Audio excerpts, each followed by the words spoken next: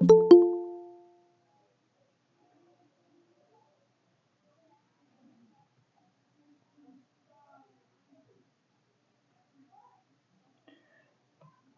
good evening, colleagues.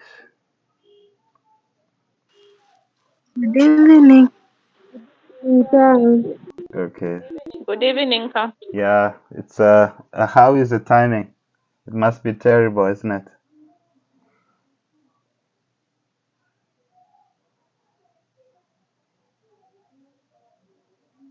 Okay, I take it that's a yes. It's terrible timing. Anyway, we'll rush through very quickly. So, we're basically completing our session on the cardiovascular system. I think that we can finish this in probably 30 minutes or 45 minutes. Yeah, and I think we can be mindful that, as usual, the session is being recorded, and the fact that at the end of this session, it will mark a complete cardiovascular system. Though I must say, I need to add a part for where we look at the blood vessels, because I think this session doesn't have that.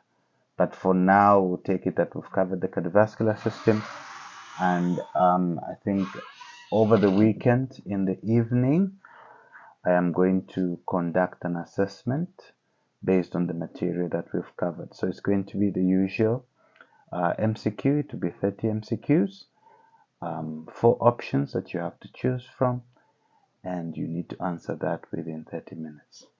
So without wasting much of your time, can you confirm that you can see the slide changing? Yes. Yes, we can. Absolutely. All right, guys. So you remember, we're basically, I think in our last discussion, we ended the discussion when we were looking at the basically what determines, the rate of our heartbeat or the heart rate, and we said that there is this intrinsic conduction system, which basically made up of the SN node, AV node, the bundle of His and the Purkinje fibers, and we said that under normal circumstances it is the SN node, but if there should be a problem with the SN node, the cells that will determine the heart rate will be those of the AV node, and if there's something wrong with both the AV node and the SN node, then the bundle of His and the Purkinje fibers take over.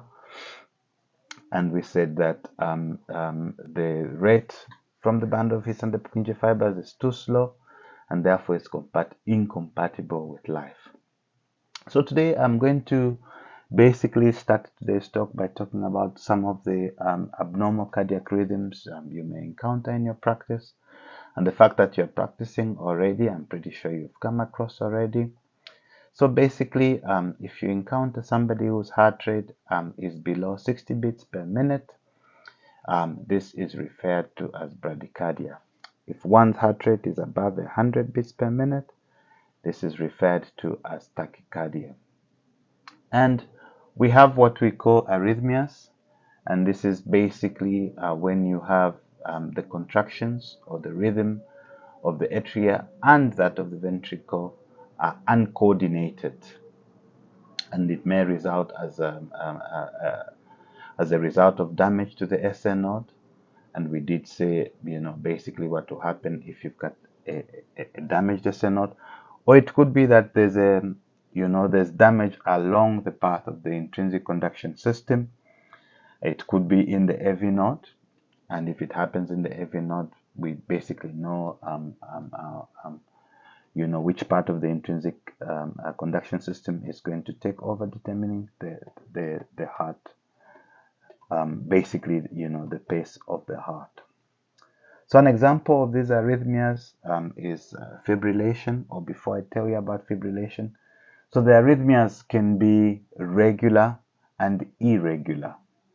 So by that I mean, so you could have, the heartbeat is going, two, two, two, two, and then you have an irregularity which is coming on a regular basis. So sometimes you find the doctors describing a heart rate as regularly, regular. I am Bemba, so the R's is a problem. Or somebody could say it is irregular. I hope you get the gist. So the irregularity can be regular. So meaning that it's this unusual a rhythm is coming on a regular basis. Or it can be coming, you can't predict it, basically that. I don't want to make that with my mouth.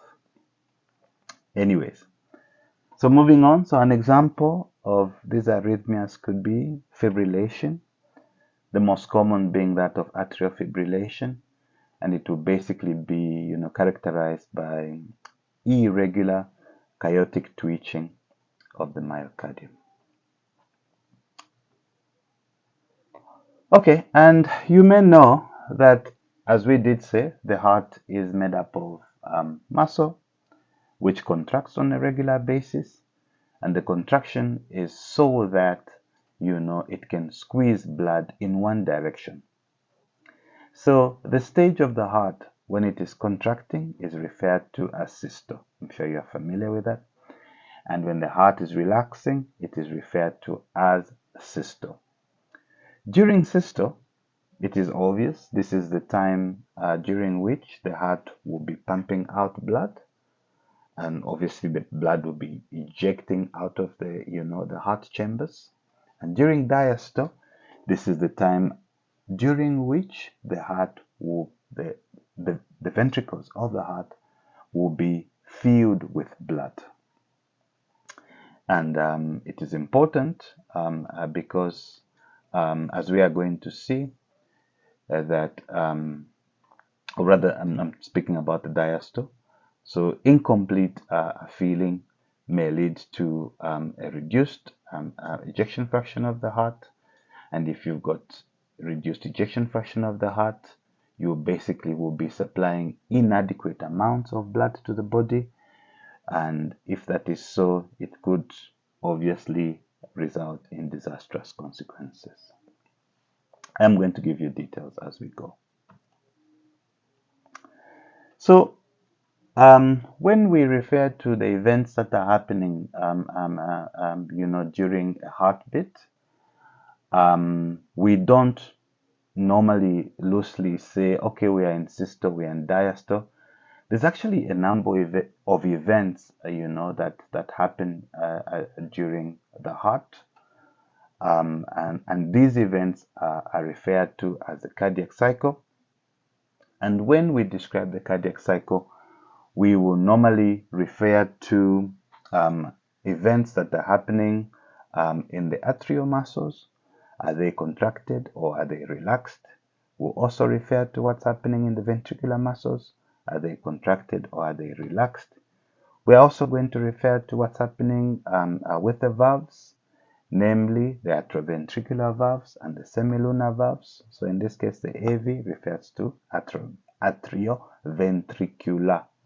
So atrioventricular obviously meaning the valve in between the atria and the ventricle. The semilunar valve is basically the valves, in between, let's say on the right side. This is the valve in between the right ventricle and the pulmonary trunk. On the left side, this is the valve in between the left ventricle and the aorta. So as we describe the events of the cardiac cycle, we also make reference to what is happening, the changes that are happening in the blood volume in the heart. We do also make reference to the changes in the blood pressure, and we also do make a reference to the heart sounds, as you are going to see further in this discussion.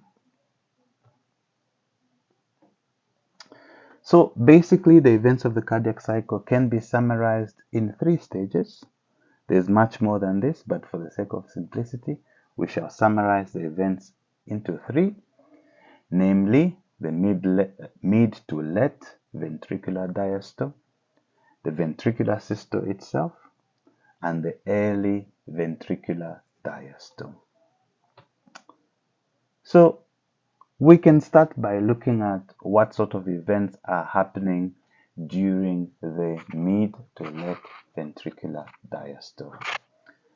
As you can see in my diagram on the right, if you can see my arrow, so basically at this stage, what you have is that it's always best, to look at this from the right ventricle's perspective, you know. So as you can see, we've got our superior vena cava on my arrow, and we've got our inferior vena cava. This is our right atrium. So at this particular stage, you can see the atria is relaxed. And if it is relaxed, it is, a filling with blood. Where is the blood coming from? Both from the inferior vena cava and from the superior vena cava. At this stage, as you can see in the diagram, the atrioventricular valve, in particular, the tricuspid valve, which is the valve in between the right atria and the right ventricle, is open. If it is open, meaning there will be the blood that is filling the right atria is passively, filling the right ventricle as well at the same time. But as you can see, as this is happening, the semilunar valve on the right, which is the pulmonic or the pulmonary valve, is closed. Okay. So as this continues to happen, this passive filling of the left ventricle during this stage, at a certain stage, what will happen is that we are going to have, the SA node fire. Remember, the SA node is part of the intrinsic conduction system in the heart, which is basically responsible for generating action potentials. And these are the action potentials that are responsible for causing the contraction of the cardiac muscles. So and we know that it is somewhere in the upper part of the right atrium. So when it fires, its wave of depolarization will cause the depolarization of the right atria, which wave of depolarization will then spread from the right atria to the left atrium, causing the muscles of both the atria, yes, to contract. When that happens, you can imagine if this atria contracts, initially there was passive filling of this left ventricle. But at this stage now, we have active contraction of the atria, meaning the blood in the atrium is going to be squeezed through the valve into the left ventricle. By the way, as we are describing these events on the right, they're also happening on the left. Because we said the SA node fires, so this atria contracts. This atria also contracts on the left, pushing blood into the left ventricle as well. And the contraction of the atrium is referred to as atriokick, and this happens in late diastole. Okay, so you can look at diastole as something that happens in two stages. All right, so the first stage is passive. So you have passive filling of both the atria and the ventricle. Okay, but towards the end of this diastole, there will be contraction of the atria that is going to push blood from the atria into the ventricle. And this is referred to as atriokick. It's no longer passive because these atrium are now contracting. Okay, is that easy, colleagues? Are we still together? Yeah, not very difficult. It's not difficult, right? Not very difficult. Okay, so why is it not easy?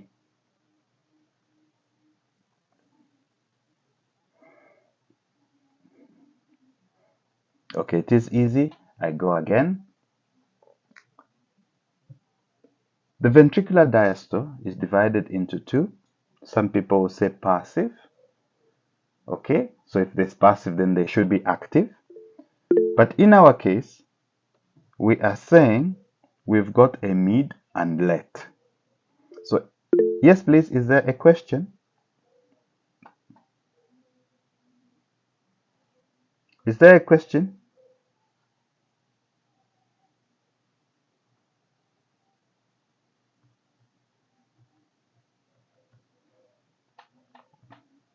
Okay, there were some people that needed to be added. I hope that there is no question. Okay, everything is okay, so proceeding. Right, so in our case, we are saying the ventricular diastole is divided into mid and let. In mid, this corresponds to the passive process. So what happens here? There's passive filling of the atria and the ventricles.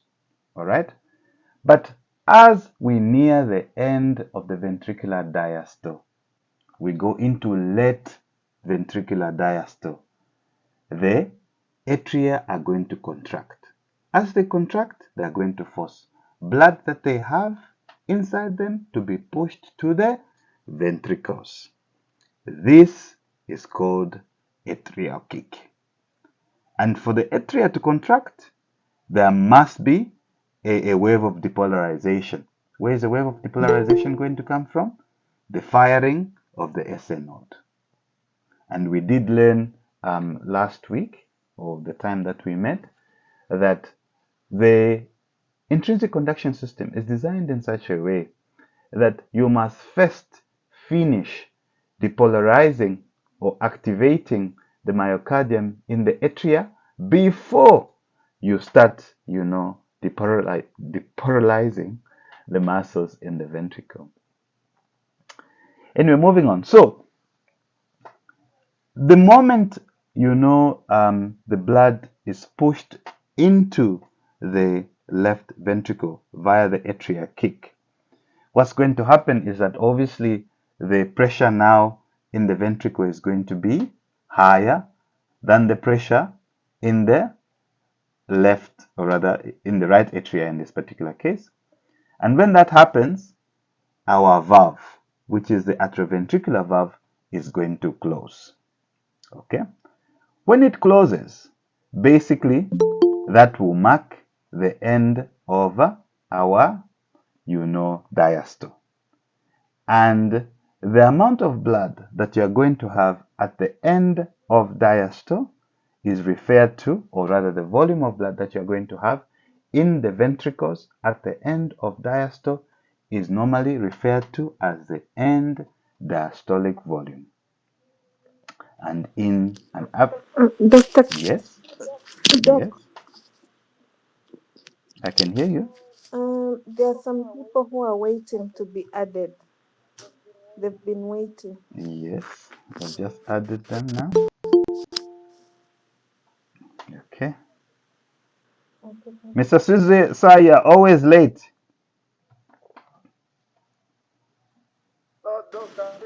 No, Doc, I've been trying to log in, but I don't know why. Okay, sir, you're welcome. So anyway, we're talking about so once you fill the ventricles, the volume of blood in the ventricles at the end of the diastole is referred to as the end diastolic volume, and in an average person, this is estimated to be around 135 mils. It's obviously not exact. There will be variation, depending from individual to individual. Okay, so from mid to late ventricular diastole, we now move to ventricular systole. Now, it's always nice to understand these things from the perspective. I am going to show you a diagram that basically puts all my description. So what's happening here? as the, all these events of the muscles contracting, valves closing and opening happening, we also have, the SA node firing, an action potential traveling along the path of the intrinsic conduction system, and all those kind of things. But we'll try to put all these concepts together. So anyway, if we are to look at it from the perspective, maybe let's do that. In this diagram, basically, this yellow ink that you see refers to the wave of depolarization as it spreads from the SA node to the different sides of the atria until it reaches the apex and then spreads to the rest of the ventricle. So you can see we have the wave of depolarization that is starting from the area of the SA node, and once it fires, so you're going to have activation of your right atrium, and then you can see that from there the wave of depolarization spreads to the left atrium. And you can see that at this stage, if you look at the ECG, which we talked about, the depolarization basically of the atria corresponds to the P wave. And we did say that the heart is designed in such a way that you must first finish the depolarization of the atria. This is important because we must have a one-way flow. Because if we had depolarization of both the atria and the ventricles, then the blood can't go anywhere. So it must first move from the atria to the ventricles. So the ventricles should not contract as the atria, are contracting. And how that is achieved is by, slowing down the action potential as it travels the path of the intrinsic conducting system, as it passes through, the AV node. We did talk about this. So you can see it is only after the depolarization of the atria that is when this wave that is colored in yellow reaches the ventricles. And once, when it reaches the ventricles start to contract, and you can see that at this point, the atria are not contracting at all. Okay. So having said that, the next event from the mid to late ventricular distal is the ventricular systole itself. So at this stage, the wave of depolarization, because now, the blood has been squeezed from the atria to the ventricles. So basically, atrial contraction has happened and completed. So the wave of depolarization has now reached the apex of the ventricles. Okay. So now, what will happen is that when the wave of depolarization reaches the apex of the ventricles, or rather just the apex, this will mark the beginning of ventricular contraction. As this is happening, the atria, the muscles in the atria will start to relax. And logically so, the ventricles will start to contract. The AV valves, as the pressure builds up, in the ventricles, like we already said, the atrioventricular valves are going to close. And logically so, because if they don't close, as the ventricles start to contract, they're going to push blood back into the atria, which is counterproductive. We want blood to move from the atria to the ventricles on the right side into the pulmonary circuit, and on the left side into the arch of the aorta. So the AV valves need to close so that there is no backflow. Okay?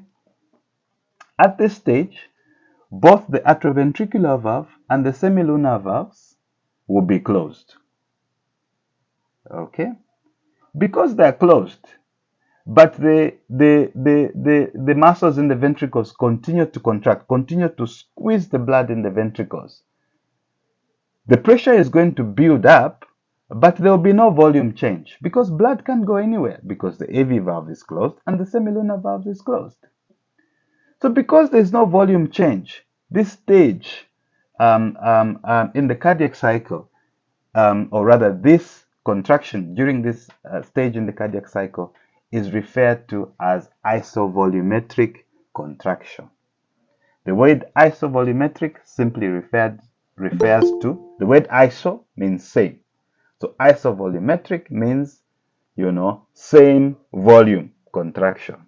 So it's a kind of contraction that is not associated with any volume change in this ventricular chamber.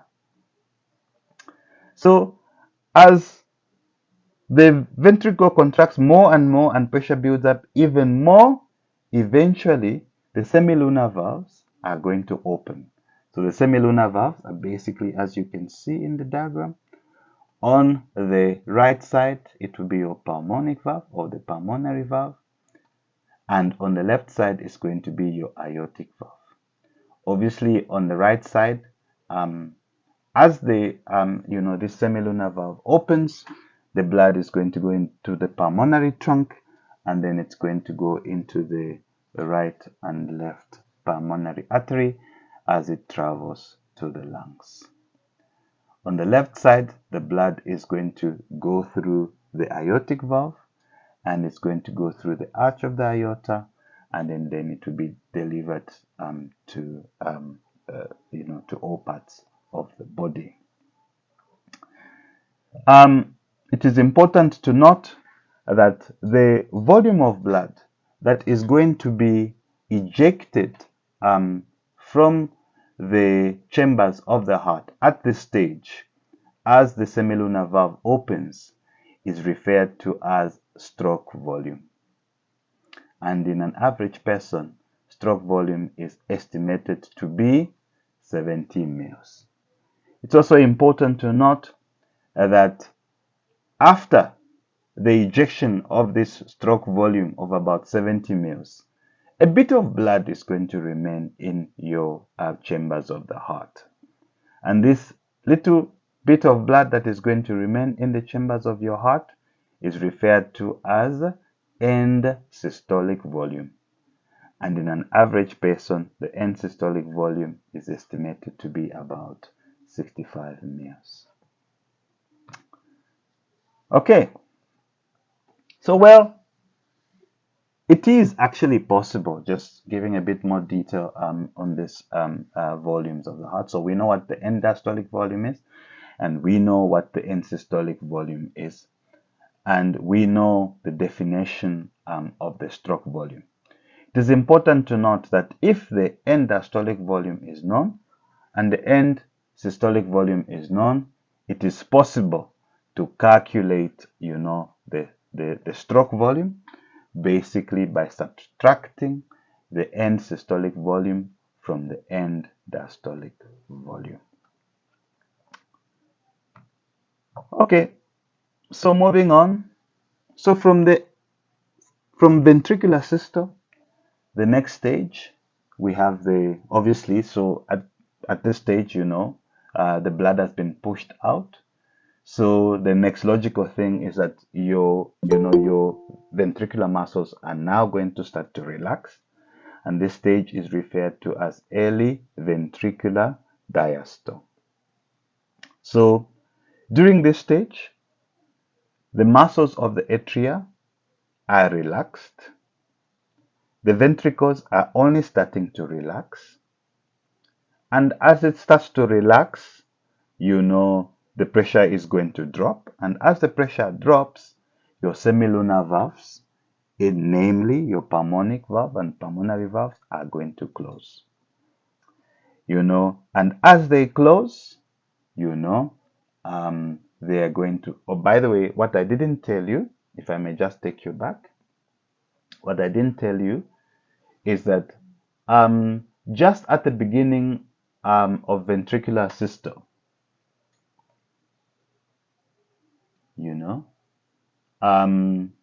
so at the beginning of ventricular systole, as the muscles of your ventricles are starting to contract and pressure starts to build up in the ventricle, forcing the AV valves or the atrioventricular valves to close, the turbulence the flaps of the valve are going to cause, will result into what is known as the first heart sound, or the lab, if you like, that you hear on a stethoscope.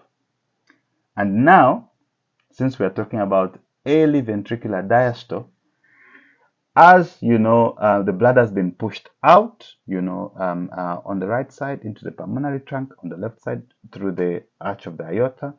As the pressure starts to drop, when the ventricles start to relax at this stage, you know, the valves of the pulmonic unit and the aortic valve are going to close. And as they close, the turbulence that they cause will cause the second heart sound, or the dump, if you like.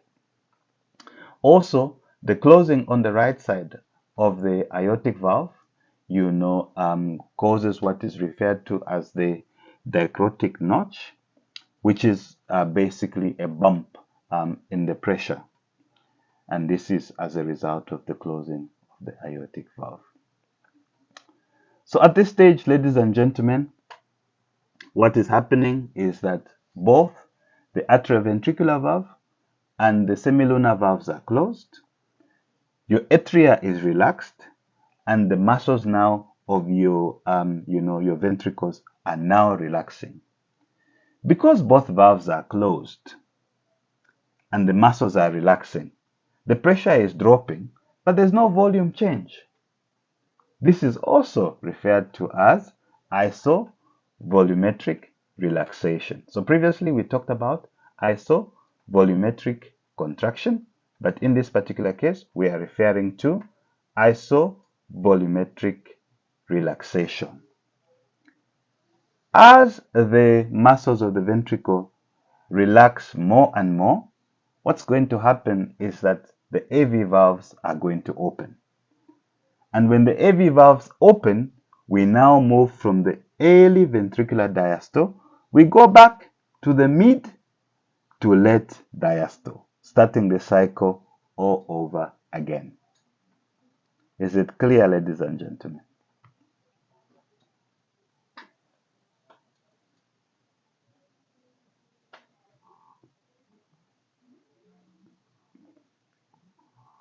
So nobody wants to answer. Are we together?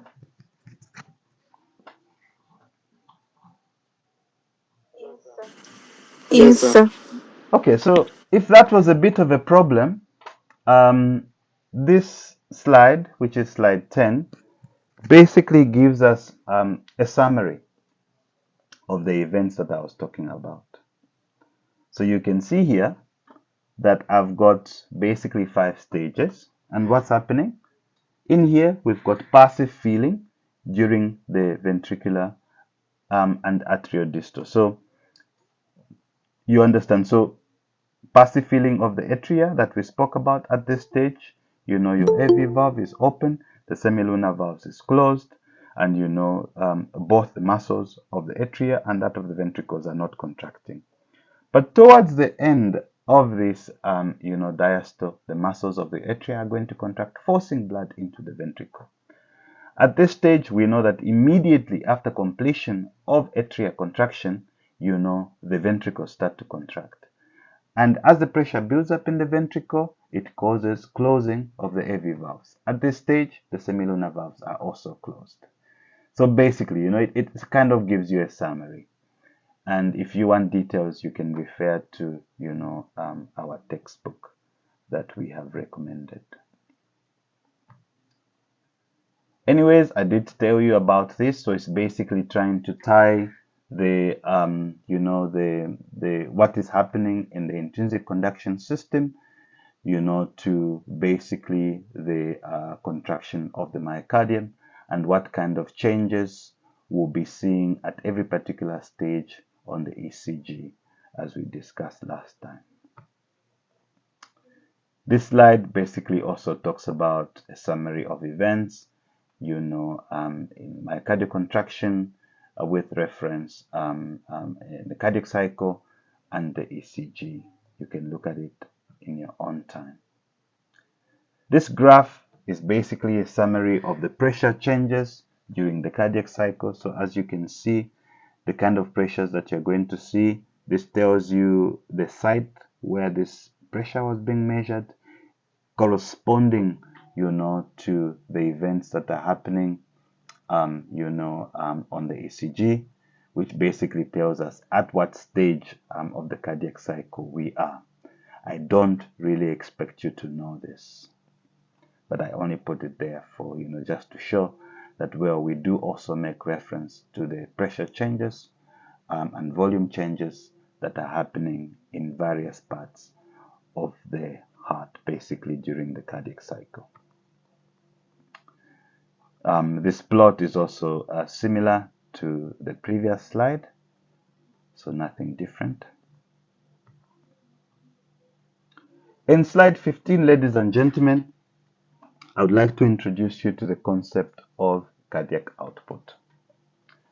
So cardiac output can basically be defined as, the volume of blood that is going to be pumped out of your heart within a minute. Now, if we know the stroke volume, and we said the stroke volume is the amount of blood that is pumped with every heartbeat.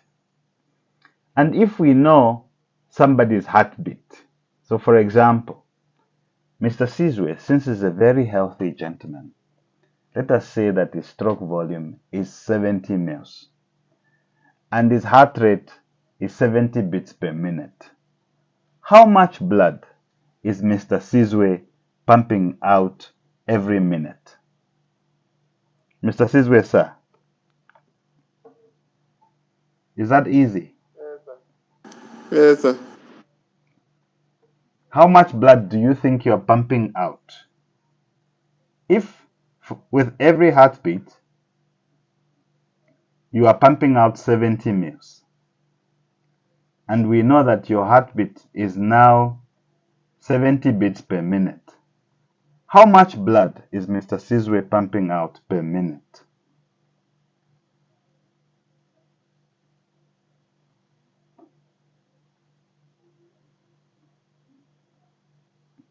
Can anybody else tell us?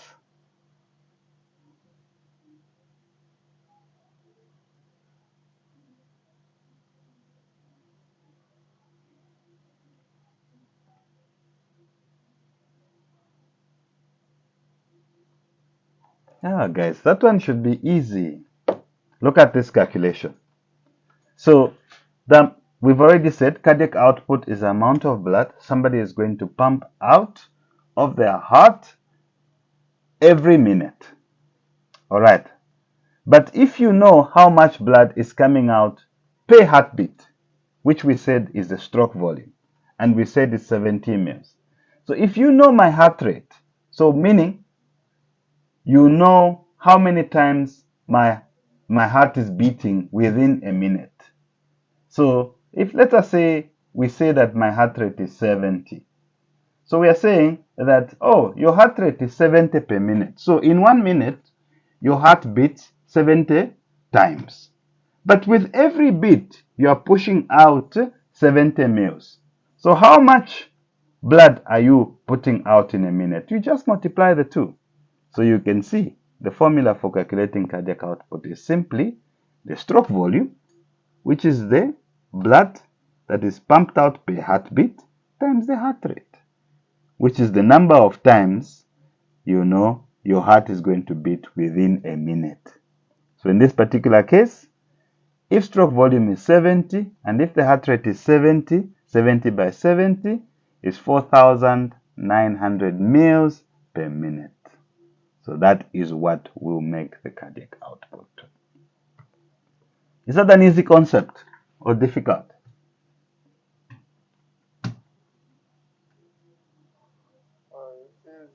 Oh, it's easy. It's That not now that you difficult. explain. It's an easy one, Mr. Sizwe. So, calculating your cardiac output should be very easy.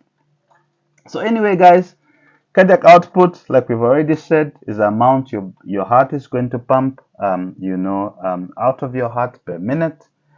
It is generally assumed that your heart is going to pump out. You know that on average, an average person has got about, it's not exact, but about 5 liters of blood. It is assumed that your cardiac output will be equivalent to the total amount of blood that you have in your system. all that blood will pass through your heart within a minute.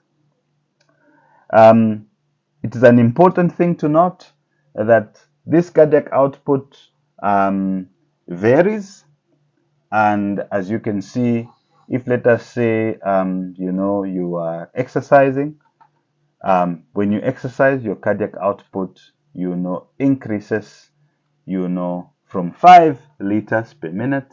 It can go as high as 20 to 25 liters per minute.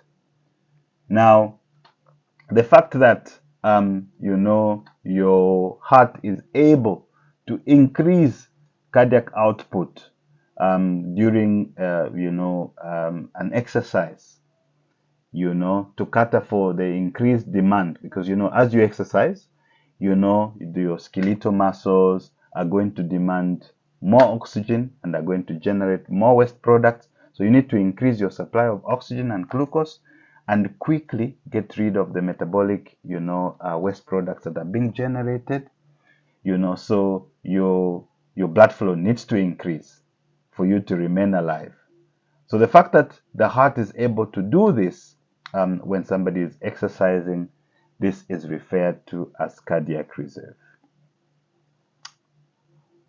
Okay, so guys, this cardiac output, as we've already said, can increase or it can decrease.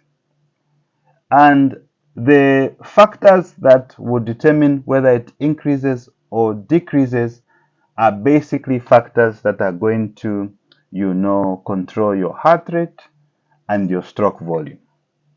So some of the important things that determine your heart rate will be, so before I tell you that, so whilst I spent quite a lot of time trying to tell you some of the important differences between, the cardiac muscles and the skeletal muscles, and I said that, well, the architecture at molecular level of skeletal muscles and cardiac muscles is the same. What do I mean by that? They both have actin and the myosin molecules. Basically the events that we talked about in last semester, of these actin and myosin molecules coming together, forming cross bridges, having a power stroke, all those things that we talked about happen in both skeletal and cardiac muscles. And we said that these events in skeletal muscles can only happen, after activation at a neuromuscular junction. And we said that in the cardiac muscle, the special thing is that cardiac muscles do not need to be stimulated, by the central nervous system at the neuromuscular junction. Rather, they generate their own potential through the intrinsic conduction system. So the action potentials are basically in-house. They're generated in-house, by the likes of the SA node and the AV node. Having said that, the heart does also receive nerves from the autonomic nervous system. So there are nerves that feed into the SA node and the AV node, basically. And these nerves include nerves that are coming from the parasympathetic nervous system and those that are coming from the sympathetic nervous system. We all know that at any particular time, these parasympathetic and sympathetic nervous system, which form the autonomic nervous system, will be firing at the same time. But depending on the situation, one of the two is going to dominate. So let us say if the body wants your heart rate to slow down, your parasympathetic nervous system is going to take precedence over the sympathetic nervous system. And if let us say you find yourself in a situation where your heart rate needs to go up, your sympathetic nervous system is going to dominate over the parasympathetic nervous system. I shall tell you this in detail. So we can also talk about stroke volume. Well, the most important factor determining stroke volume is venous return. And I shall give you details of what factors, determine venous return in a short while. Okay, so I'm going to skip this because the details of this, we're talking basically about the factors that determine heart rate. We've already gone to town about how the SA node, basically regulates, the heart rate. So there are a number of factors that determine heart rate. We've spoken about the parasympathetic and sympathetic nervous system, which are a part of the autonomic nervous system. In addition to that, we've got circulating chemicals. It could be hormones, in particular epinephrine. So, Madam Class Rep, what do you think will be the effect of epinephrine on the heart rate?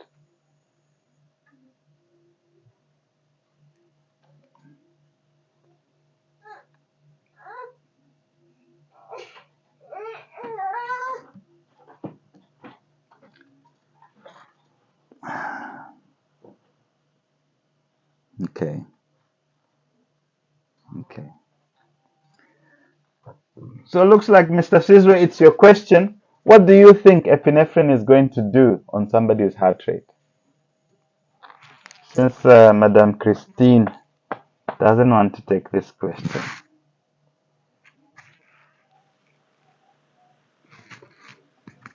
Are we together?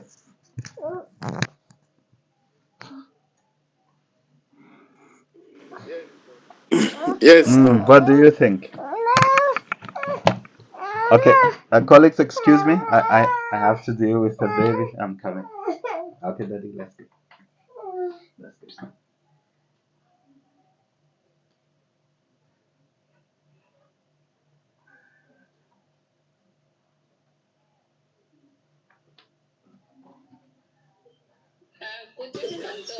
Good evening, Doc. I didn't know that you were talking about me. Can we've joined another class, so there's another class rep. Okay, So, I'm coming. Just 1 minute. Let me sort out my big boy con. I'm coming. uh, Okay, Daddy, let's go.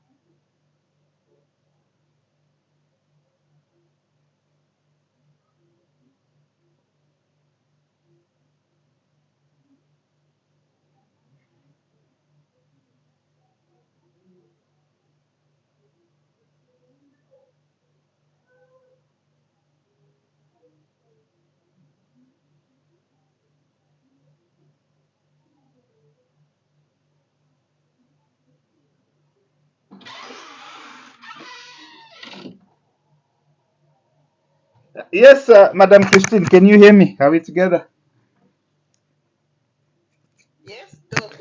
yes, Ah, Doc, we are perfect. together.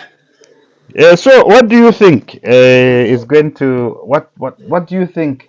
What effect can epinephrine have on one's heart rate? What is the other name for epinephrine? I think it Do you know the increases other name? Ah, adrenaline. absolutely, absolutely. Ah, you are not Yes. playing games this semester. No, Doc, we are Ah, you've serious come this with a semester. bang. Eh.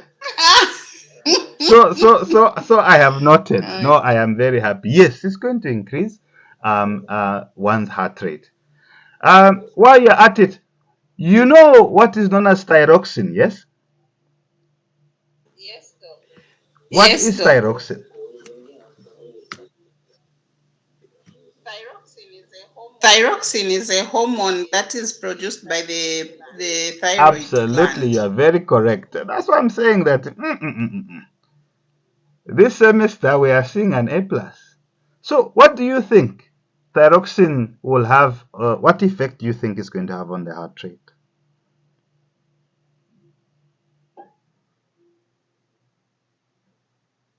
Let us say that. There, I'm not too Okay, sure. but don't worry. If you guys don't fire me, we are going to cover the endocrine system, and we are going to talk about the thyroid gland, and I'll tell you in detail what this one does. Okay, so basically, an increase in thyroid hormone will result in an increase in the heart rate. Okay? Other molecules include potassium, oxygen, carbon dioxide, and drugs. Have you heard of propranolol and atenolol, Madam Christine? Yes, I have. Do you know Yes, what they I are used have. for?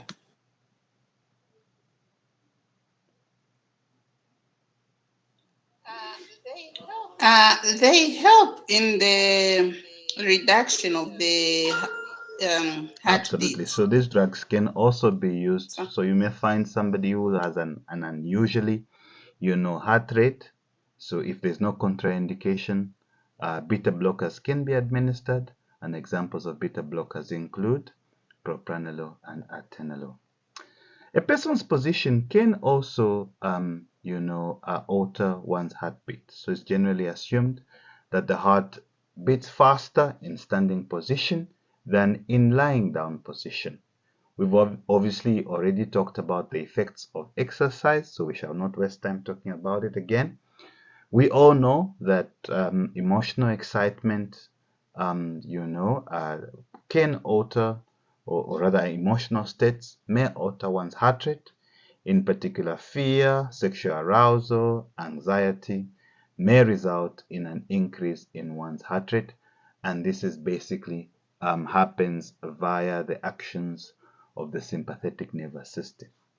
It is generally assumed that women will have a faster heart rate than men, and we all know that the heart rate of babies is faster than that of adults generally. And we all know that your heart rate is going to beat faster when it's hot than when it is cold.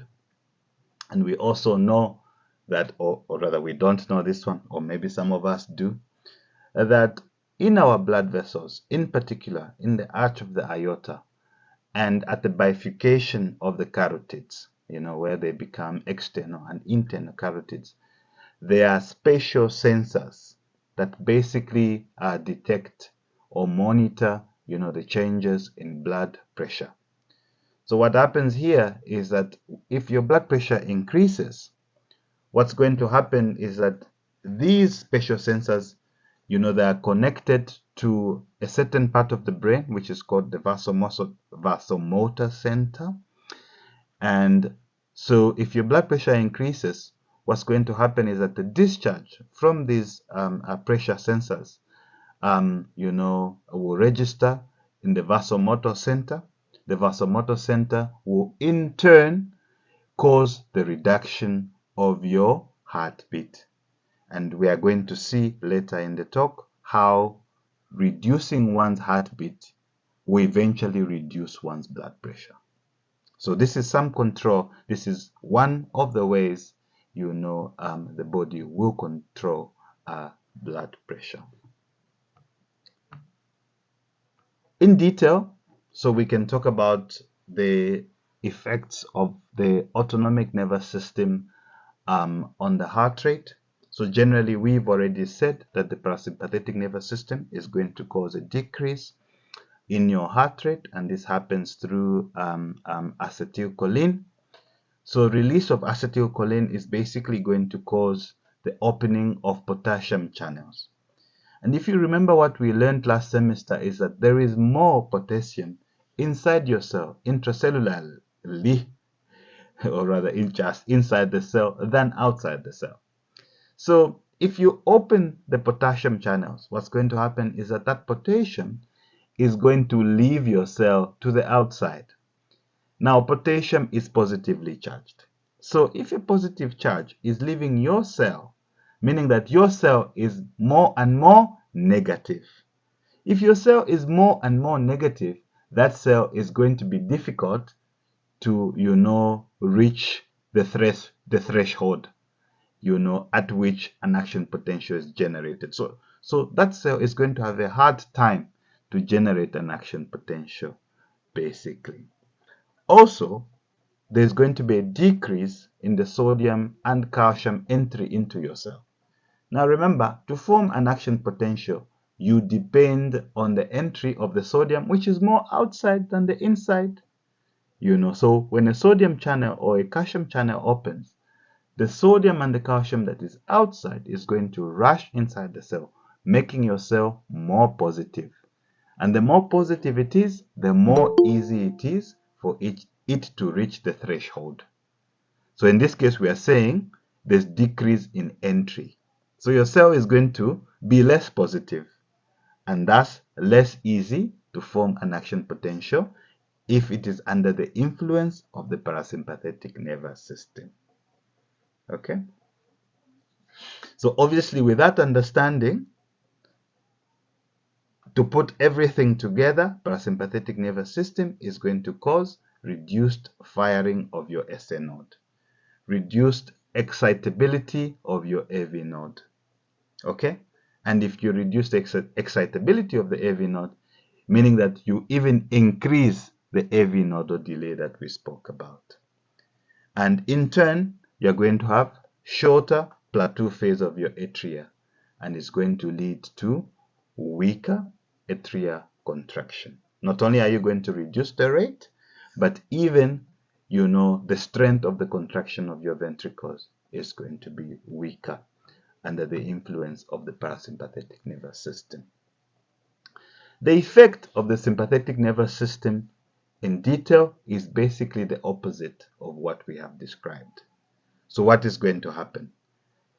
It is so its actions are mediated by epinephrine as opposed to the parasympathetic nervous system, whose actions are mediated by acetylcholine. Okay? So this one is going to cause increase in sodium and calcium influx into your cell through the respective channels that transport the sodium and the calcium.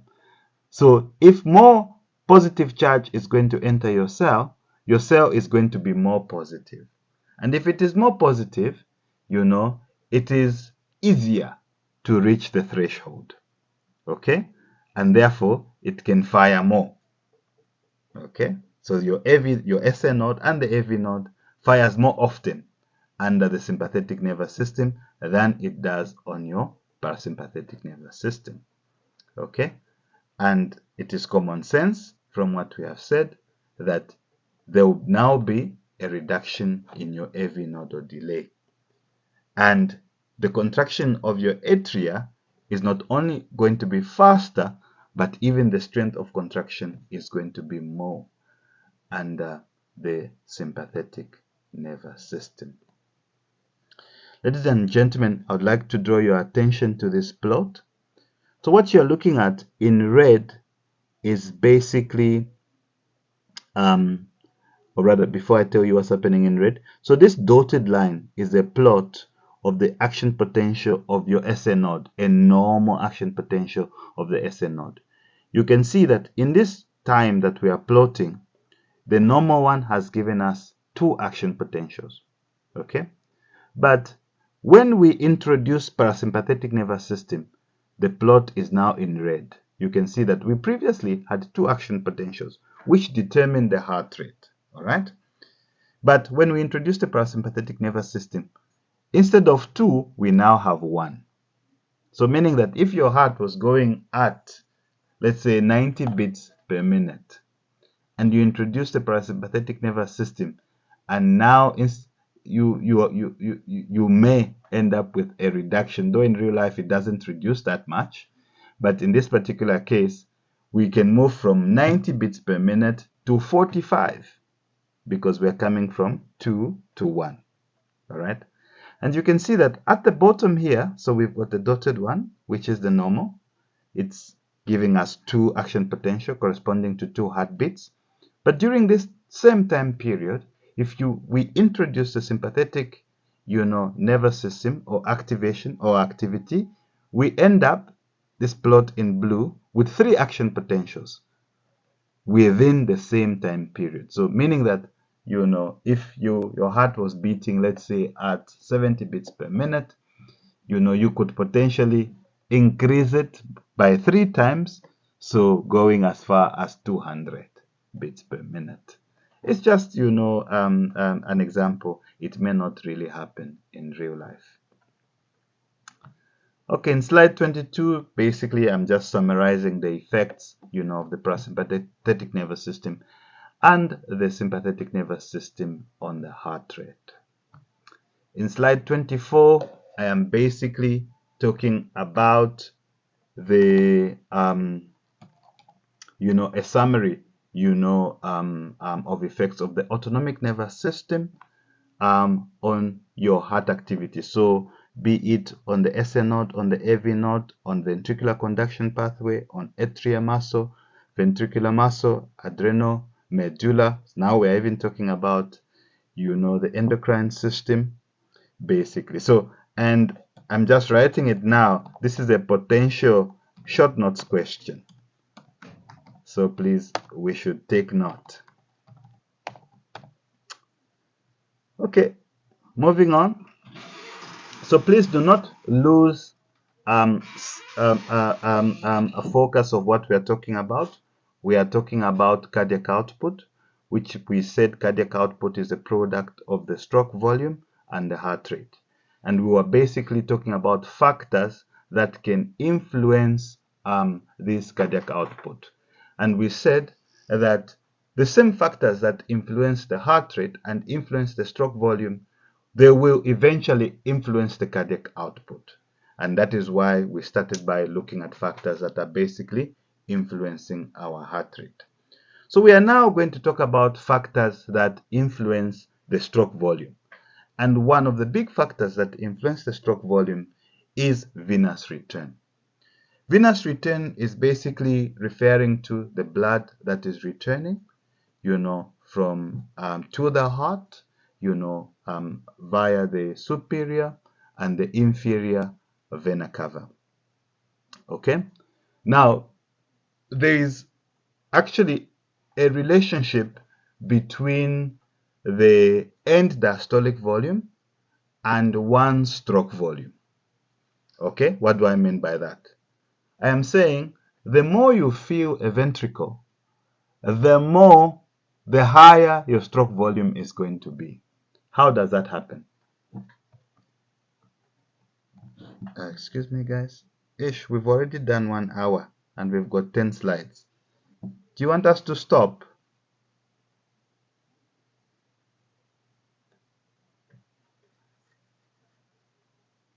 Colleagues, are we together?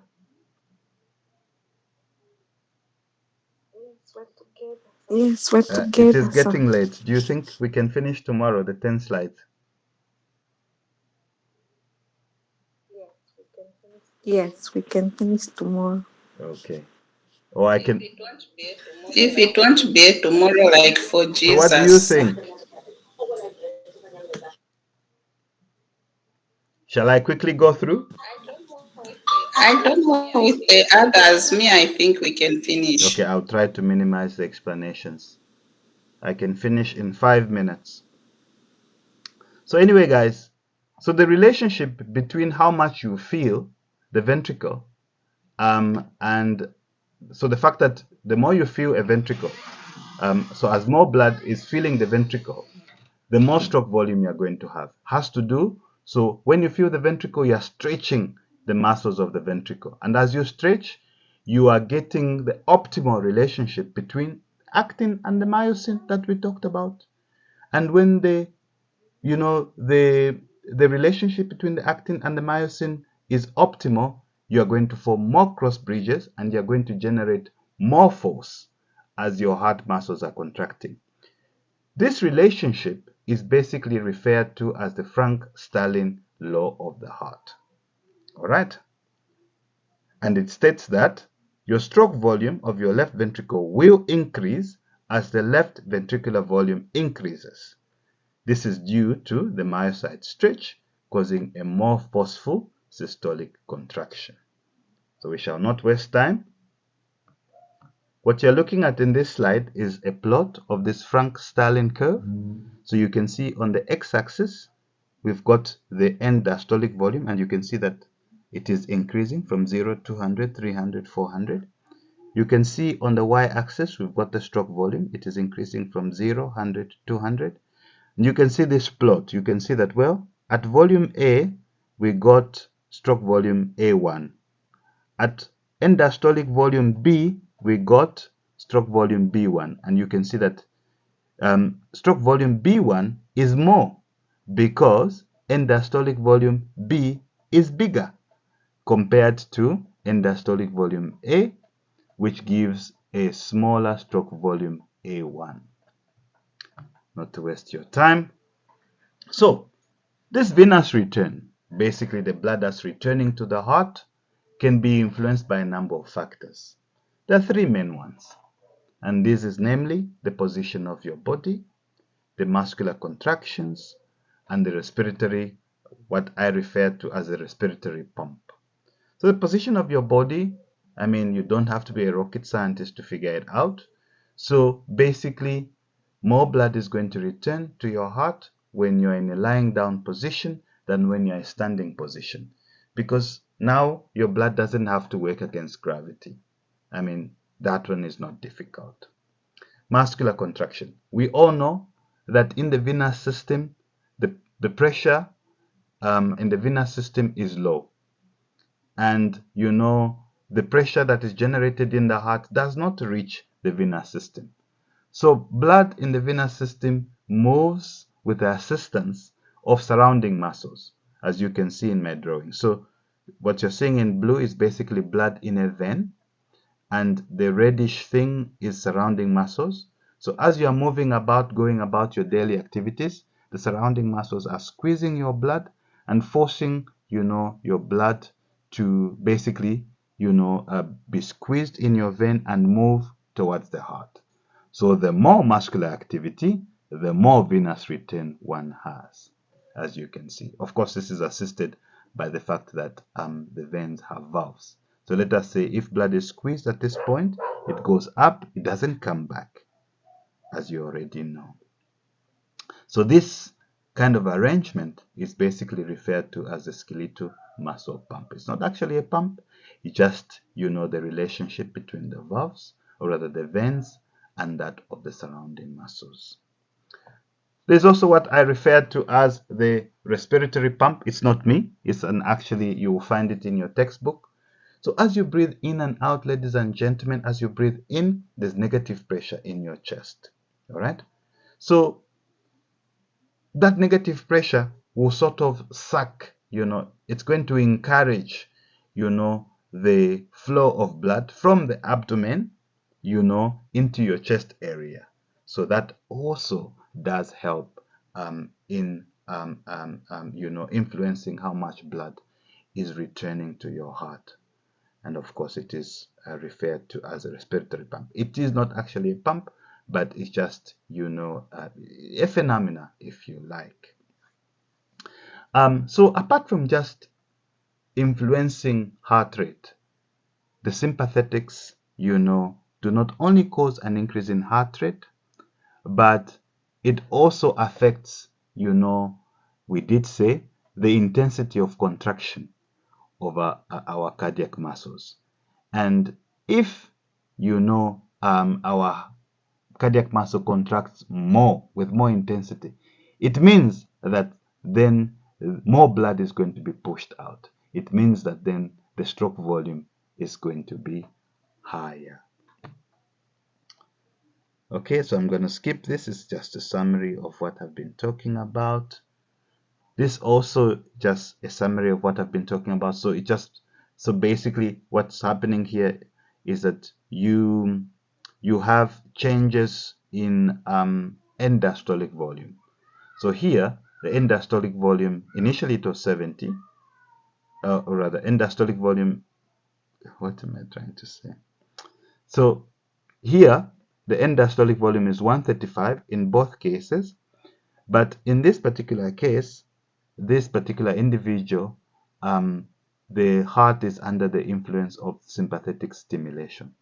So you can see that the stroke volume has increased from 70 mils to now 100 mils. Okay. In this particular situation, this particular individual, the diastolic volume has increased from 135 to 175. But this individual is also under, you know, sympathetic stimulation. So you can see that this individual has recorded a much higher stroke volume than this individual who was only under the influence of sympathetic stimulation. This, stroke volume is higher because, of the Frank-Starling relationship that we spoke about. Apart from just the sympathetic stimulation, but, the more you increase the end diastolic volume, the more you are going to get an increase in stroke volume as well. So this Frank-Starling plot is basically referring to what I'm just talking about now, and I'm not going to waste your time. The same story here. Here I'm just basically talking about the factors, summary that are going to affect cardiac output, and in particular I am focusing on factors that are going to affect stroke volume, and I'm saying the end diastolic volume or ventricular end diastolic volume, which we said is the preload, basically the venous return. So the more you fill your ventricular chamber, the more your stroke volume. The venous return itself, and we've talked about the position of the body, the skeletal muscle pump, the respiratory pump, and we talked about the relationship of the strength of the myocardium contraction, and we said that this is going to be determined by how much we stretch it. And we also talked about the blood volume. So it's sort of what has been listed here is a bit of a repetition, but we've already talked about it, so I'm not going to waste your time there. Ladies and gentlemen, as we conclude, I would just like to engage you and talk about blood pressure.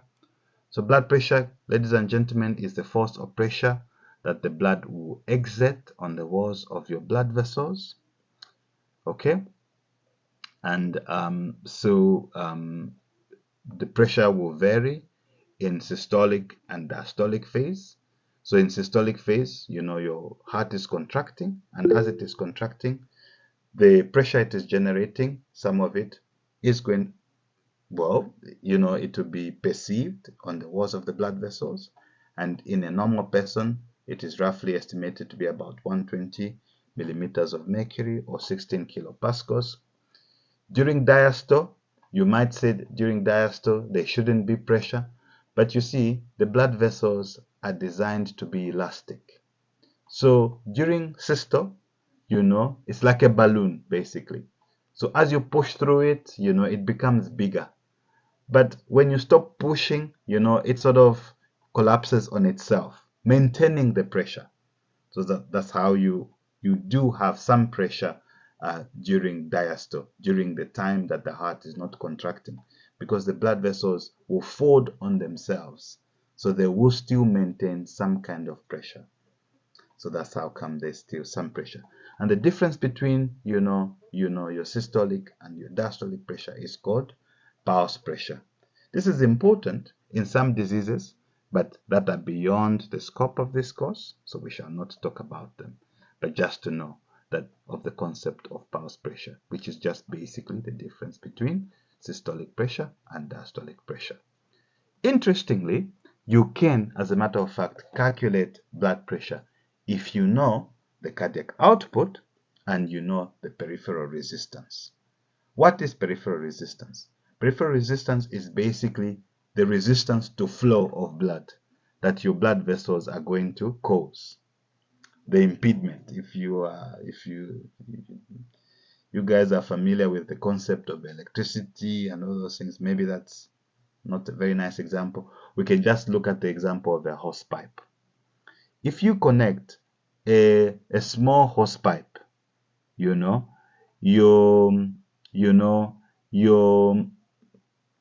going to your flow, is going to be lower if you had connected compared to if you had connected a bigger hose pipe. Why is this? A smaller hose pipe, because it's got a smaller diameter, it causes more impediment to flow, more resistance to flow, okay, compared to a wider, hose pipe. So same thing, your blood vessels, in particular the arterioles, they have the capability to be, to dilate, so become narrower or become wider.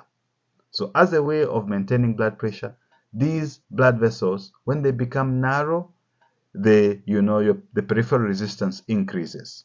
And when it becomes wider, the peripheral resistance reduces. So if you knew the peripheral resistance and you knew the cardiac output, you can, as a matter of fact, calculate blood pressure, because blood pressure, is a product of cardiac output and that of peripheral resistance.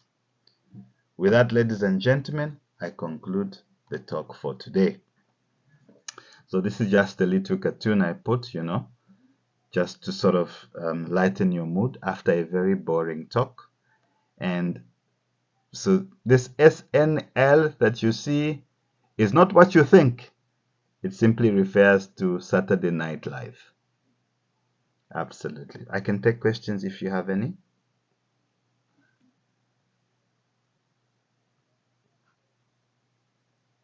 Yes, Madam Victoria, did you raise your arm? No, I didn't. Okay. Mr. Sizwe, any questions?